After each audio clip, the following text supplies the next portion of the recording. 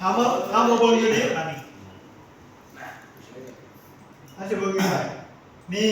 เอามาบนอยู่นี่นี่ตำแหน่งออกชุดตำแหน่งข่าวชุดมันจะตรงไปทางไหนนี้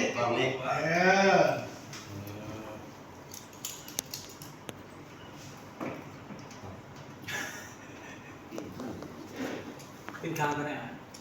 กินขนมปังอยู่ ได้ นี่ ได้ถึงอะไรเขาจะให้มันกดสวิตช์ชุบก่อนที่ โอ้สุกทั้งคืนขึ้นจากขึ้นนี่ใส่เด็ด ยังไม่รู้เอง เข้าจากไหน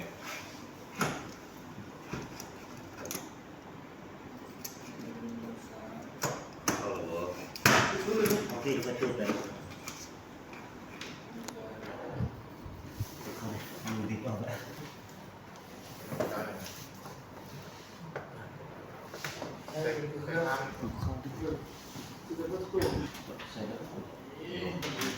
ตัวนี้ พี่ รับไปไก่ทำอะไร เอาไปไก่และสายยาง เอ้ยสิงห์อีก สายยางใส่เราว่าคนตาเขาตัวเราโอกาสนี่ว่า ท่านเอาภาพไปจับไป บอกมูพาไปมันมีบุญลังเนาะมาพุทธศอกเนี่ยว่าโอเคเอาซื้อใจเลยเด้อพุทธศอกไปก็บอกคำก็ได้นอนก็บอกคำ เฮ้ยเฮ้ยมาเฮ้ยพี่มาใช้กันนี่นะ พุทธศอกบุญลังโอเคเข้าใจแล้วเข้าใจเอาพุทธศอกนี่แหละแม่บอกพุทธศอกก็บุญลัง ใช่ใช่ใช่เฮ้ยใช่เนี่ย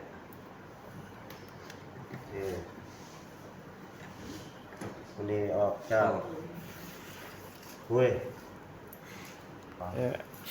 อันนี้วาวครับกำหนดเป็นวาว5 1 5เอาบ้าบ้าหาสองตัวที่หนึ่งเอา 52ตัวนี้ตรงนี้ ตัวนี้เป็น1 จำ 1นี่นะ ใช่เนี่ย ตัวเขาใส่ตะเล็กมือถืออุ้งกิน ใช่เนี่ย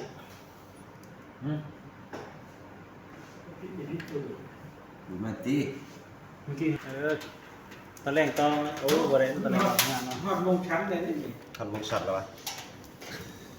บอกตุ้งน้องแล้วก่อนแต่ป้าช่วงนี้เลิกคนเพียงเลยเท่านั้นใบโมงอะไร ตัวนี้เป็นวาล์ว1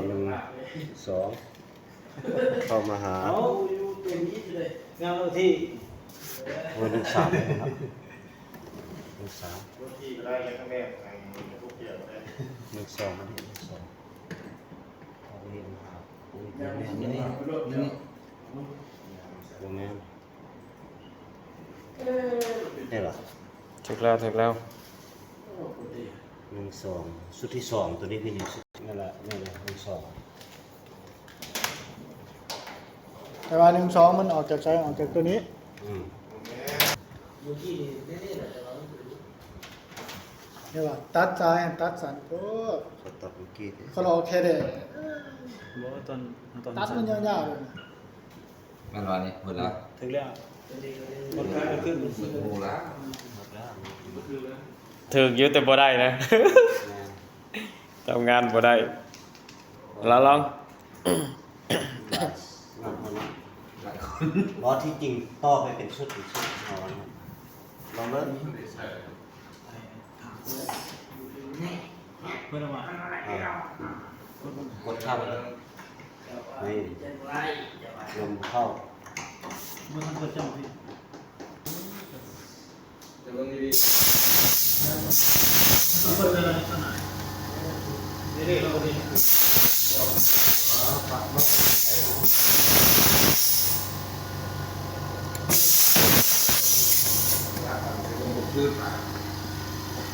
คุยกับพี่ตัวเล็ก อยู่แล้วตัวนั้น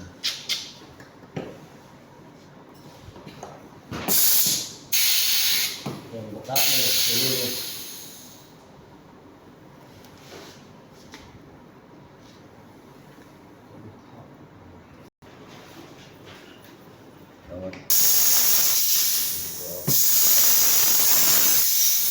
กดแล้ว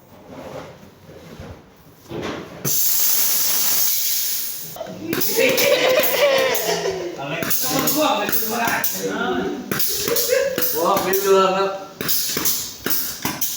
ทำงานแล้วออโต้ป้านะไม่ใช่สวิตช์มันอ่ะ ตัวมันตัวล็อก เอาสวิตช์ล็อกมาใส่ดิ ขันโยกเลยตัวนี้ก็ได้โอ้ มันโยก ทาง คันโยกก็ได้ ทาง ล็อก ตาม มีปัญหา โอ้นี่ดิ คราวนี้ออกนี่ เอาชีวิต ออกทางเดียวออกทางเดียว เอาชีวิตเจริญมาใส่เอาไป ทำงานแล้วได้ทำงานแล้วออโต้ เอาแค่นี้ เอาน้ำไปทางด้านนั้น